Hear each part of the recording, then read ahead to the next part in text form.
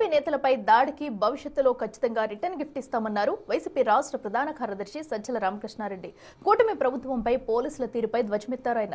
రాష్ట్రంలో జరుగుతున్న వరుస దాడులు చూస్తుంటే ఒళ్లు మండిపోతుందన్నారు. పోలీసుల అండదండలతోనే టీడీపీ గుండాలు అంబటి రాంబాబు ఇంటిపై దాడికి తెగబడ్డారని ఆరోపించారు. బాధితుడైన అంబటిని ఆదుకోవాల్సింది పోయి ఆయననే అరెస్టు చేసి రిమాండ్కు పంపడం అన్యాయమన్నారు. జోగి రమేష్ ఇంటిపై జరిగిన దాడి ముందస్తు పథకం ప్రకారమే జరిగిందని, అంబులెన్స్ లో కర్రలు, పెట్రోల్ బాంబులు తెచ్చి ప్రాణాలు తీయడానికి ప్రయత్నించారని మండిపడ్డారు.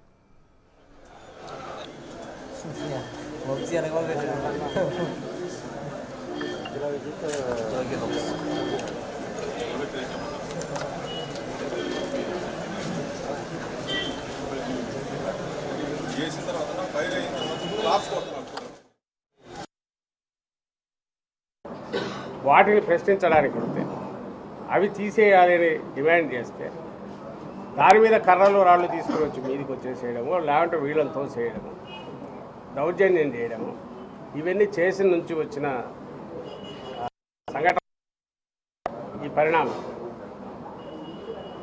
అసలు దాన్ని నువ్వు తప్పు చేసావు, దాన్ని కవర్ చేసుకోవాలనుకుంటున్నావు, దీన్ని క్వశ్చన్ చేయాలని సహించలేకున్నావు, ఇష్యూస్ మీద ప్రశ్నించడానికి సహించలేకున్నావు. దానికోసం కొత్త ఇది క్రియేట్ చేసేసి టెర్రరైజ్ చేసి ఎక్కడ వాయిస్ రేయకూడదని ప్రయత్నం చేస్తాం. ఇది నిలబడదు. ఇది ఖచ్చితంగా ఎదుర్కొంటాము. అన్ని పద్ధతుల్లో న్యాయస్థానాల్లో అప్రోచ్ అవుతాము, మీడియా మీ ద్వారా జనం దృష్టికి తీసుకెళ్తాము, జాతీయ స్థాయిలో కూడా దీన్ని తీసుకెళ్లే ప్రయత్నం చేస్తాం.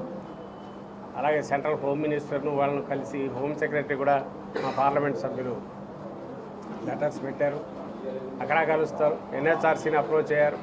మీ గొయ్యి మీరు తవ్వుకోండి, మాకు అభ్యంతరం లేదు. మీ గొయ్యి మీరు తవ్వుకోవడంలో భాగంగా మా మీద జరిగే వాటికి ప్రతి దానికి అయితే రికార్డు ఉంటుంది.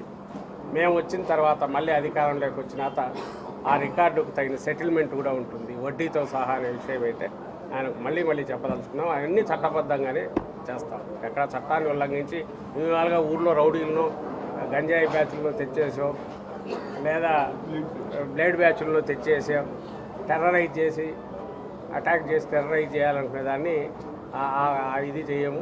చట్టబద్ధంగానే అన్నీ జరుగుతాయి. మీ మీద అన్ని రకాల కేసులు పెట్టి ఏ రకంగా ఇది చేయాలనేది మాకు తెలుసు. ఒకవేళ మాకు తెలియని ఉంటే మీరు నేర్పిస్తున్నారు కాబట్టి ఖచ్చితంగా మీకు దీనికి తగిన మీకు వాటి కాల్ రిటర్న్ గిఫ్ట్ అనేది ఖచ్చితంగా ఉంటుంది. నేను మీ అందరికీ చంద్రబాబు నాయుడు గారికి చెప్తున్నాను.